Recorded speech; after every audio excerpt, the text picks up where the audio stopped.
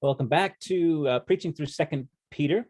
I am Michael John, pastor of the Mark Street Baptist Church in Amesbury, and with me as always, Kevin Leach. I'm the pastor at Woodland Presbyterian Church in Woodland, Washington, and it's great to be back after a few weeks off. Yeah, we took a few weeks off for Easter and Holy Week, and we're going right back at it in 2 Peter chapter 2. This section focusing on false prophets and teachers, recognizing them, dealing with them. I hope it's been very helpful to you. I know I've learned a lot studying it. So we pick up today in that third paragraph of chapter 2, the second part of verse 10. And let's walk through this here. Kevin, I believe it's your turn to read. So would you read that paragraph for us? Yep. Bold and willful, they do not tremble as they blaspheme the glorious ones, whereas angels, though greater in might and power, do not pronounce a blasphemous judgment against them before the Lord. But these, like irrational animals, creatures of instinct, born to be caught and destroyed, blaspheming about matters of which they are ignorant, will also be destroyed in their destruction, suffering wrong as a wage for their wrongdoing. They count it pleasure to revel in the daytime. They are blots and blemishes, reveling in their deceptions while they feast with you. They have eyes full of adultery, insatiable for sin.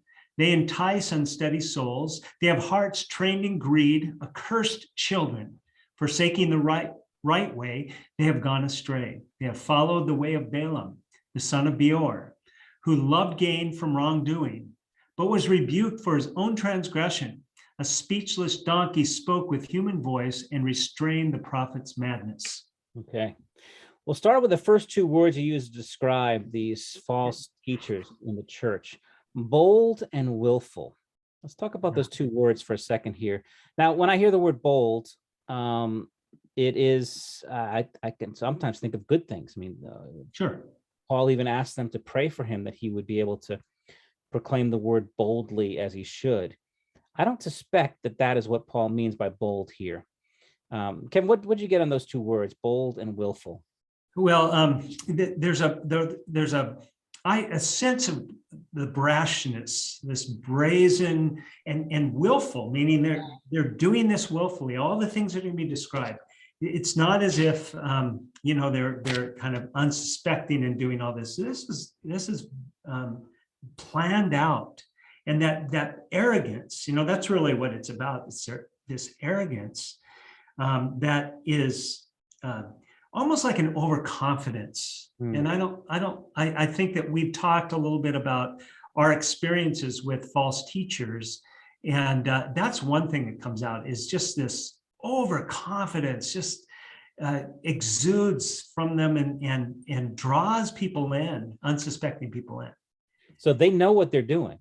Yeah, they're not just like it's not like they mean well and they're making mistakes. No, they're doing this intentionally. Yeah, right. I think that's what's shocking for a lot of people, that a pastor or a preacher in the church or out an evangelist is so depraved, and they're not just weak, but they're actually doing evil things intentionally. It seems to be the case here. Bold, you're right. I think the bold is the shamelessness. The King James Version used the word presumptuous. That's exactly my first point is a presumptuous pride. Yeah. Is really what you see here. And that willful, the self-willed, I think they are, I put it this way, that they were the willful, they're arrogant and inconsiderate. Their self-will, their focus is upon their self. And that's one of the ways you can identify them is they are, is when you get close up to them, you really see that they don't care about people. Right. They don't care about even the people that work for them. They do not care. Everyone is a pawn. Everyone is a prop for them to be used for their means. These can be some terribly cruel people. And when you see them close up, you really get a sense of who they really are. But most people don't get to see that. Most people watch from a distance and think well of them. All right, but then he says this kind of a strange phrase here. Is they don't tremble as they blaspheme the glorious ones. Yeah, that's a tough one to know exactly what he's speaking of there. I'm interested to hear what you have to say, what you found out about the glorious ones. How did you understand. I take it as the spiritual beings. I think Jude is helpful Yeah, in Jude is, yeah, laying out that, where he says, was it Jude 1? yeah, Let me find that passage real quick, where he talks about those. He gives a little bit more clarity to it, right, where he says, these people relying on their dreams defile the flesh, reject authority, and blaspheme the glorious ones. But when the archangel Michael, contending with the devil, right, disputing about the body of Moses, he did not presume to pronounce a blasphemous judgment. right. So the idea is that these glorious ones are, I would say, the fallen angels, the demonic, the principalities, the powers that Paul talks about. Yeah, and that's really kind of what I came to as well, and just reading, you know, reading Jude, but also in just what some of the commentators have to say, and many of them fall on that very point. You know, come to that very point that these are they're so brazen and Yeah. arrogant that that they don't even consider, you know, even the fallen angels. They don't have. Um, I guess maybe even a healthy respect. I don't know if that's the Yes. right word, but you know, Yeah, I think you're exactly right. I think this is a reference to the things they're ignorant about. These are spiritual matters. These are the idea of the sons of God, the glorious ones, the fallen, the powers, the principalities, presented to us in ways that demand our respect and fear. The devil is a roaring lion seeking yeah, to devour. He's presented as a dragon in the beast in the book of Revelation. There is a, not that we're terrified of them, but that there is a respect that we are dealing with powerful forces that we cannot stand against in our own strength, right, and we dare not. And these they are so callous about that. And I think partly because they don't believe in these things yeah, and they're ignorant about them, but they use them to make these great games. Because it's, you know, the nice thing about reviling the devil is that he doesn't show up and punch you in the nose. mm, You know, you talk that way, if you talk that way to a person in front of you, they're gonna knock you out. mhm. You're gonna get in trouble for that. But you can revile the devil all day long. And you know, it's funny. I was watching some clips of Kenneth Copeland to prepare for this, Yeah, and there's this incredible scene of him um, rebuking COVID-19 back in April 2020. I rebuke you, COVID-19, and yeah, so reviling it, and then after and blowing the God's wind against him. Come, heaven and fear, and COVID-19. I declare you destroyed COVID-19. And he goes to this whole thing, and the guy was in April 2020. Well, it didn't work out too well. You know, it's so arrogant, it's so yeah, ignorant, and you watch that, but he's so over the top that you're like, and you almost believe him because he's so confident in himself right, too. They don't tremble. They have no sense. And I think a lot of it is what people are surprised to hear is that I would argue that most of, if not all of these false teachers are truly atheists. They don't really believe. That's mhm. why they're so brazen, because they Yeah, don't feel like there is a spiritual realm for them that they have to give an account to. yeah, and a judgment, yeah, coming judgment, which is really clear. And you know, I when you think about that, kind of that arrogance, that story of the sons of Sceva come to Yeah. mind, right? Yes. They had no sense of what they were dealing with. Yeah. You know, using the name of Jesus and Paul, and you know, Paul we know, Jesus we know, but you know, Yeah. we don't know Yeah. you. And then they pound on them. You know, the demons pound on them. And send them away naked. It's Yeah. a great scene. Yeah. All right, but then he describes them. He says, he gives some. I found this to be the most helpful analogy when he says, they are like irrational animals, Yeah. creatures of instinct, born to be caught and destroyed. In what sense would you say that? How is it helpful that we think of false teachers as really wild animals, irrational animals? Yeah. Well, certainly, you know, in talking about them being blasphemers, they don't recognize God as a judge. And therefore, they just do whatever in their debased human instinct leads them. That's how they're living, just like an animal. You know, they're not making decisions based on the knowledge that they have. They're just going by instinct. Yeah. And so too the false teacher the same way. Yeah. Really no sense of God as a judge. Yes. Yeah. The irrational, and it refers to the end, the word madness is a key word I'm going to be using. Yeah, me too. Yeah. The madness of them. There is, and I think that's what throws you off. That's why people are so captivated by them, because they behave in ways that normal people don't behave in this way. Most people, you can follow the reasoning of their behavior, but these you really can't. They are surprising and shocking, and there's an irrationality about them because they don't behave like people with a conscience and with compassion. They behave like animals, right, who go only by the instinct. And one thing I always say about these wolves is they don't hate the sheep, even as they devour them. They don't care anything about the sheep, good or bad. Yeah. They're all about their own appetites. And if that happens to hurt somebody, well, too bad, but I need to eat. I need to have sex. I need money. I need power. I need fame. And if you're in the way, well, that's too bad for you. Yeah, but they are, as creatures of instinct, we're going to find out, as irrational animals, their destiny is to be caught and destroyed. Yeah. It's one thing that's fascinating about them is there's a bug in their programming that at some point they just do something stupid and get exposed, and are destined to be destroyed. It's fascinating to see how stupid it is. Every one of them, at some point they are exposed and are brought down in some way. It's a tragic tale for them. Yeah. And you do see that with various false teachers in our day. This idea that they're caught and destroyed. I think that also is bringing us back to this idea of judgment, the ultimate judgment that we're going to get to in chapter 3.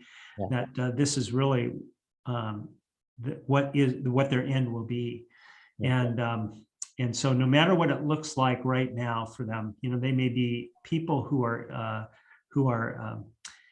prospering in worldly ways and really getting away with everything, but the reality is they will be caught and destroyed.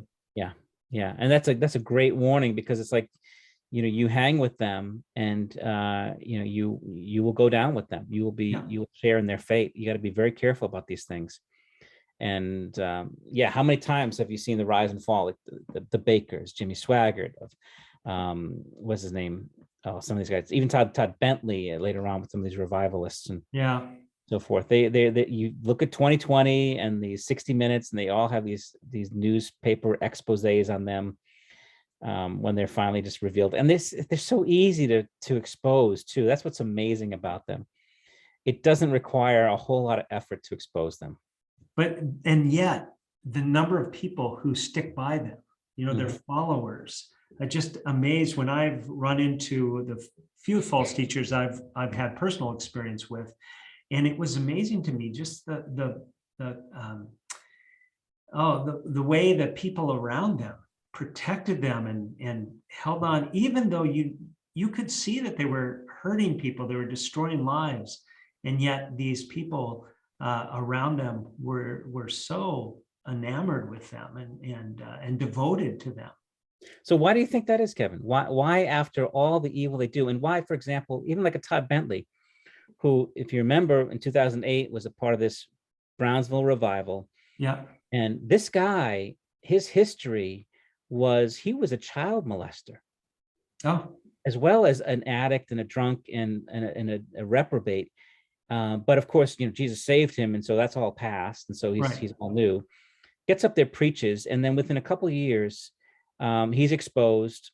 Has an affair, I think it was. They had some other scandals going on, and they remove him, right? Yeah. Until they reinstate him. He's repented and blah blah blah. They put their hands back on him. They throw him back out there again. I think only now, recently, again, he's been cast out once more time. Why do they do this? Why does that happen? Yeah. Well, I certainly they fall under the spell, I think, of the very things that people are desiring. They're the followers are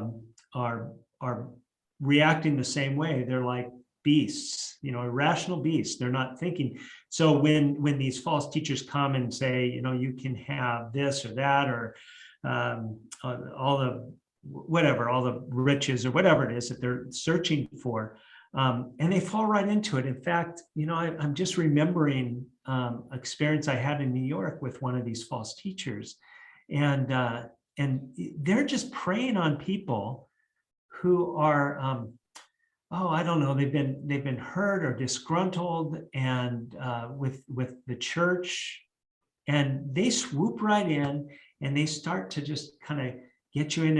And what this one particular false teacher did is he just made them feel like he would how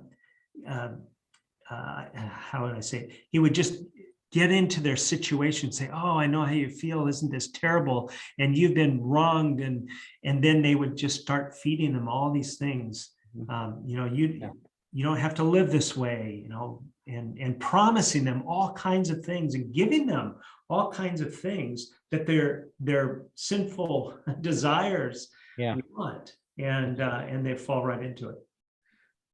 Yeah, they have a way of getting you to buy in to what they're doing, to be invested in it. Yeah. And getting you to make judgments and to form strong opinions about things that are very hard to change your position on. Well, a part of it, if you've ever been involved in, say, you get involved in the stock market, and if you start doing day trading and you're going really well, and all of a sudden the stock market falls out, and you have trouble divesting, because you're just hoping that things are going to get better. You've invested so much, and it's the same way. You invest so much in these false teachers that you don't want to give up. Exactly right. And I especially when you start giving to them financially too. Yeah. It's an embarrassing thing. I remember when some of the best advice I heard was when I served on a jury for a court case, and the judge told us before, as we sat, he said, "You are not allowed to talk about the case with anybody, even with each other. You're not allowed to talk about it." And he said exactly why. He says, "Because when you start talking about the case, you start forming opinions. And once you start forming opinions, they're really hard to change. It's really hard to change your opinion about something." That's interesting. So you don't talk about it, because then you can really be open. And so what's going to happen is you're going to hear the first case, and the prosecutor, whoever goes first, presents their case, and you're going to hear everything, and you're like, "Oh my goodness, they're guilty. They're guilty." Yeah. If you start talking about it, suddenly you've now invested in that guilty plea. It becomes your opinion. Now, if other evidence contradicts that, you now have to admit that you're wrong. Yeah. And that's hard to do. That's a humbling thing to do. And so that's why it's like, you don't talk about it. You have to stay. But these guys, because they're so bold and willful, they will target people and demand a connection with them, a buy-in from you. Yeah. And even get you, especially talking about how great they are. Mm-hmm. Once they get that, they've got you now, because it's going to be an awful hard thing for you to admit to everybody that you were wrong. Right. That you were wrong. I mean, just think of politics and the way that we talk about politicians. Yeah. How much grace we have for the people who we vote for and that we publicly support. It's like, it's amazing how much it takes to drop them, because we've invested in that opinion. Right. So, all right. So they are, and they count it, verse 13, they count it pleasure to revel in the daytime. Yeah. They are blots and blemishes, reveling in their deceptions, and they feast with you. He says twice, reveling in this. They feast with you. Yeah. Wow. What is he talking about there? Yeah. These are people who have what I call unconstrained lust. And so it plays out in the daytime. You don't even reserve it for the nighttime in secret. They're so brazen with it, and so that's what you get, to the point or they even enter into the, you know, and whether they're talking about the love feasts of the church, but they bring it into the church. Yeah. And that's how brash they are with their lusts. And you know, this let's see, where is it, where it talks about the adulterers. Did we get there? They have eyes full of adultery in verse Yeah. 14. Yeah. And that's interesting because it's not, it's it literally says adulteress. And so it's as if whoever they look at, whatever woman they're looking at, they see them as a potential adulteress. Yeah. You know, and that's what they're looking for. They're looking to unleash their lusts. Yeah. It's just that. You wonder where do these people come from and what motivates them? It's very clear. Yeah. It's sex and greed and money and power. It's their insatiable appetites for the things of the world: sex, money, fame, power, and the ministry is a conduit for all those things. Right. Becoming a pastor gives you access to, I don't know, to people's offerings. It gives you access to women who are going Sure. through troubles Yeah. and are looking for some solace and comfort, and it gives you access to the things that you desire, and a platform as well. It's amazing. And when you see, and they're so bold about it, reveling in it. You know, I think the one of the proofs of that is, like, you know, Kenneth Copeland, who I love to bring up because I think he's just so over the top. Yeah, I do too. Yeah. And I almost admire him. He's just so shameless. You know, you can, and he would love nothing more than to give you a tour of his private airport and show you his fleet of private planes. Fleet of private planes. The man's worth at least $80 million, they say. Yeah. And he unashamed, reveling in it. Right. To him, it's a badge of honor. Yeah. So they entice. You're going to make a point about this one, I think. They entice unsteady souls. Yeah. And so the reality is that, and this is really going to be part of my my conclusion, is that these unsteady souls, that there's a way to deal with these false teachers, and that's to be steady, to be firm. And that's what he tells us in chapter 1. He really wants us to be steadfast and growing in the qualities that he talks about in chapter 1. If you remember chapter 1, and the qualities of godliness and perseverance and all those godly qualities that we're to grow in. And he says, therefore, I intend always to remind you of these qualities, though you know them and are established in the truth that you have. So rather than be the unsteady souls, I mean, that's what they're looking for, is the unsteady people who are easy to win over. So they are like the lions looking for someone to devour. And if you've ever watched lions, they always target the most weak, vulnerable, the weak, one who gets a little separated, who can be easy to take down. Yeah. It's really a helpful analogy to reflect upon. In fact, I think I read, now I can't remember, I'd have to look back on my notes. I think I read about that word, entice unsteady souls, and it's like the bait. Were you familiar with it? I think that's a word that's used, kind of like a bait. And I was thinking about, and you had someone in your congregation at one point who was on that show, Wicked Tuna. Yeah. But I remember how important it is that you bait something properly. And these really great fishermen know how to bait things and to do it properly so that the bait acts like what they want it to do. That will entice the fish. And that's what these false teachers are like. They're like those master fishermen who know how to bait and know how to make it look enticing, and enticing the people that they want to target. So would you say that they appeal to their felt needs? Is that a proper thing to say? Absolutely. You know? Yeah. And they know where people are itching, and they give them the things they're looking for. The promises they hold out. That's why when I read this, like, the prosperity gospel is clearly in mind here. And because they hold out to people that bait, they entice them with, you can have your healing, you can have your relationships, your dreams, your visions, the things that you want. And they encourage everybody, make sure you get a vision for yourself. Right. And all these desires to strive for it, because that gives them more power, because they're holding out this promise that he's going to get in the next part about, there's this promise, like these clouds without rain, they promising something. Yeah. But they never deliver. Right. They can't. And so you have all these really hurting, broken people drawn to them because they're desperate.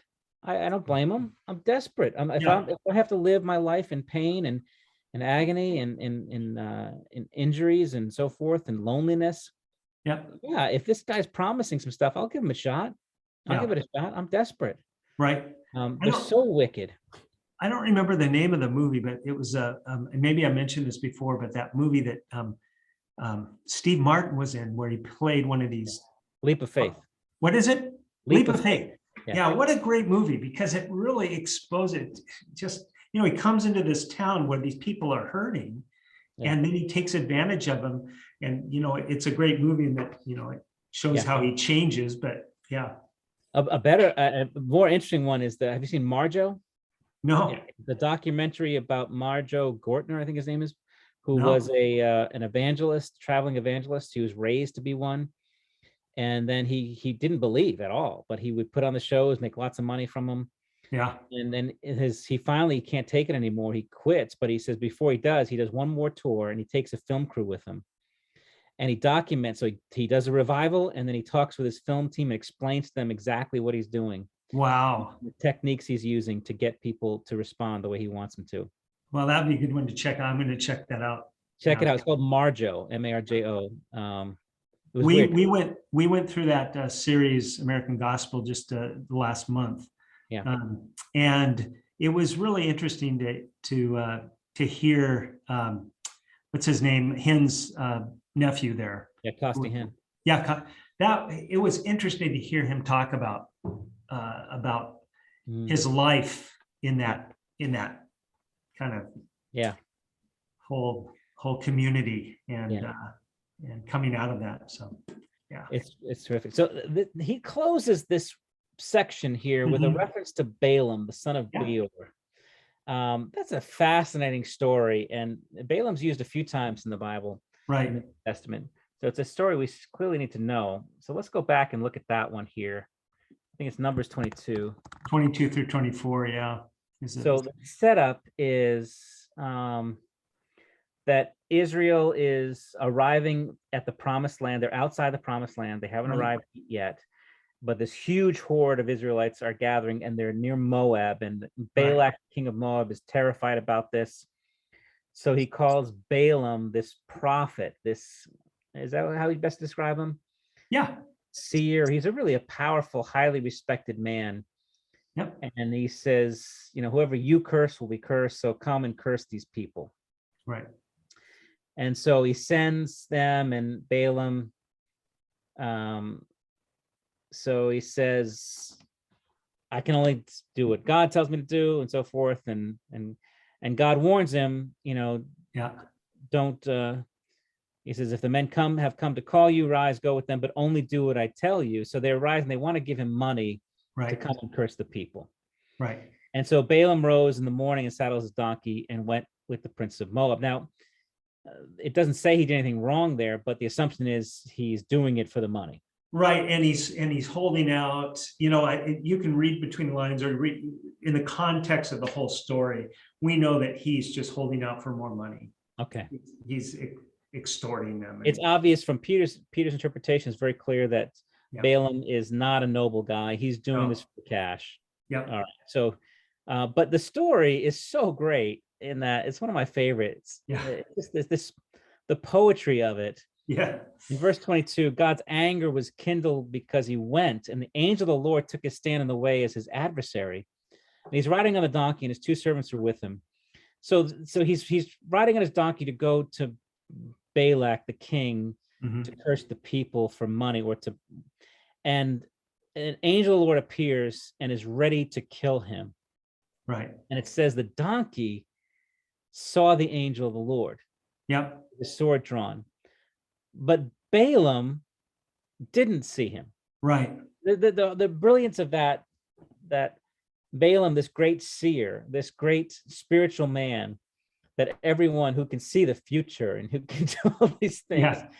is donkey sees these things that he cannot see. Right. And then Balaam strikes the donkey, and it gets ridiculous Yeah. because the donkey Finally starts talks. talking. But more that the donkey talks is that the donkey reasons with him. Right. Yeah. Says, what have I done to you? You struck me. And he says, you made a fool of me. And he argues with his donkey, and his donkey actually says, am I not your donkey on which you have ridden all your day? Is it my habit to treat you this way? And Balaam says, no.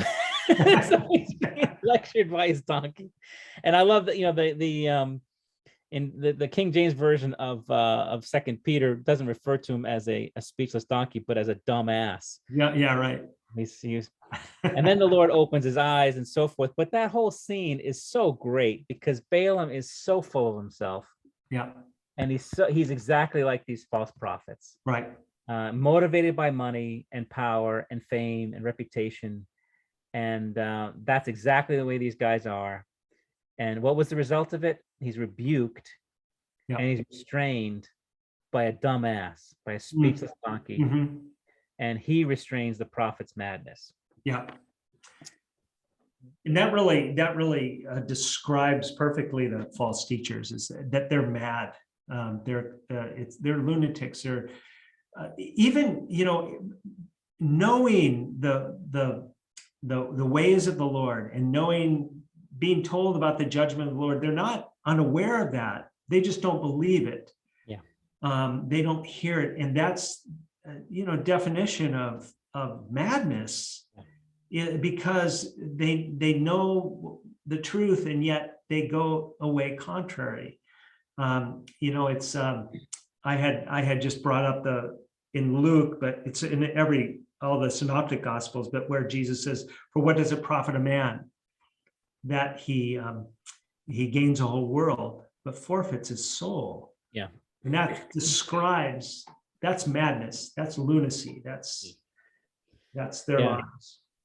Absolutely. I think that's why they get away with it for a time, because it's so new and strange to us. We don't know what to make of it. That's why with all the revivals that they were throwing at us in the 90s, one after another, they were introducing new things, strange things. I mean, there was laughing in the spirit, there was slaying in the spirit, there was gold fillings and gold dust. I don't know, something about gold dust. I remember. It got more and more bizarre, but a lot of it was, it had to, because they had to constantly introduce new things to throw you off, because when it's not something new, you have an experience with it, and you can reason through it, you can think through it. Oh, I've seen this before, I know what to make, I've thought about this before. Yeah. When you throw something new out there, you haven't had a chance to think about it, and so it throws you off. Right. That's why they're always introducing new things, and there's a madness to them that you're not familiar with. It's hard to, how many times have you met somebody who is mentally deranged, and you just don't know what to make of it, what to think of it? How do I process this? It's something you're so unfamiliar with. Right. That's what these guys are, and they will be restrained in humiliating ways. I mean, it's usually some stupid thing. Yeah. That exposes them, some stupid thing, an interview that they shouldn't have taken, and that they thought they could handle, and they do it. A place that they go, and they just, a stupid thing, something exposes them. As I tell my son this all the time, sin makes you stupid. Stupid things, you just do. Sure. So let's wrap it up here, and just as a final, what's your application going to be for your church here? Yeah, there are a couple of things. The first is that we can know the signs. We can see the signs of these false teachers. That's what Peter's laying out for us, and we need to pay attention. That we can look for these three things that he brings out. That is that presumptuous pride, and that what I call unconstrained lust that just open, and then finally that being trained in greed. I think that was so interesting they're trained in greed. This is something that they are looking to increase their skills in being greedy. But then the second thing is going back to that first chapter and looking at verse 12 of chapter 1, where it reminds us that we are to be on a solid foundation. And so to know the signs of the false teachers, but also to be growing in these qualities more and more, because that's what gives us stability. Absolutely. Absolutely. Yeah, for me, I'm going to kind of pair this text with First Timothy 6, where Paul gives advice to Timothy regarding false teachers. Yeah. And my argument would be is that it is helpful to know that false teachers are like wild animals. They're irrational animals. They're predators, and you can't tame them, and you can't get rid of them. They're going to be out there. The only thing you can do is really build a fence around your yard and keep them out. And I would say there's a 3-part fence that we are to build. And he tells Timothy, first teach and urge these things. If anyone teaches a doctrine different, it does not agree with the sound words of the Lord Jesus Christ, then he's puffed up. So you need to know the ways of Christ, the words and the ways of Christ. The knowledge of Christ is essential. That's our first fence we're going to put up. Right. When you are well steeped in the gospel of Christ, and reading the stories, you know what he looks like. He has a flavor about him. And these guys are nothing like Christ, right? Who is the Christ who did not come to be served, but to serve, who washes the feet of his disciples, who humbles himself, lays down his life for them, weeps and prays. I mean, it's a beautiful picture of it. You see none of those qualities in these guys. Yeah. So that's the first thing. You get well acquainted with the knowledge of Christ. Second fence I want people to put up is that pursuit of godliness that you mentioned. Add to your faith virtue and godliness and love, and really practice these things, because they prey upon your immaturity, those unsteady souls. They prey upon the immature because they appeal to our fleshly desires. They don't appeal to holy virtues. Anybody who's serious about holiness is not at all attracted to what they're offering. Right. Because all that they offer is health and wealth and prosperity, things that everybody wants, things that every sinful person wants. And I said beforehand, I said, I liken these guys to these creepy middle-aged men in the playgrounds trying to lure kids into their van with candy. Yeah. And that's what they're doing. Yeah. It is sick and perverse. So a pursuit of godliness and maturity really will guard us well. And then the third thing he mentions here is godliness. He mentions there. And then he says, these guys think of godliness as a means of gain. So they're going to use religion and spirituality to get money. And then he says, but godliness with contentment is great gain. And he makes a big point about contentment there. Peter, I think, does too, when he says all that we need has been provided for us. They prey upon discontent. So I would say the quiet learning of contentment is important, because they prey on the discontented. And look at my own life, in the seasons where I was attracted to these kind of guys were seasons of great discontent, where I was not happy with my experience or my relational status or whatever it is. And I wanted something. And that's why they were very appealing, because they're promising me whatever I want. They're like Pedro in Napoleon Dynamite, vote for me and all your wildest dreams will come true. That's what they're presenting. All your wildest dreams will come true. And to the discontent, that's a very appealing message, but we're called to contentment as well. So anyway, my hope is that as we go through these things, that we will not only be able to recognize them, but that we will be so grounded and steady that they will not even waste their time with our churches and with our people.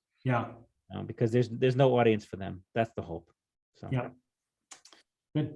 All right, very good. Well, Kevin, good having you. Let me close this out here. Thank you all for joining us as well.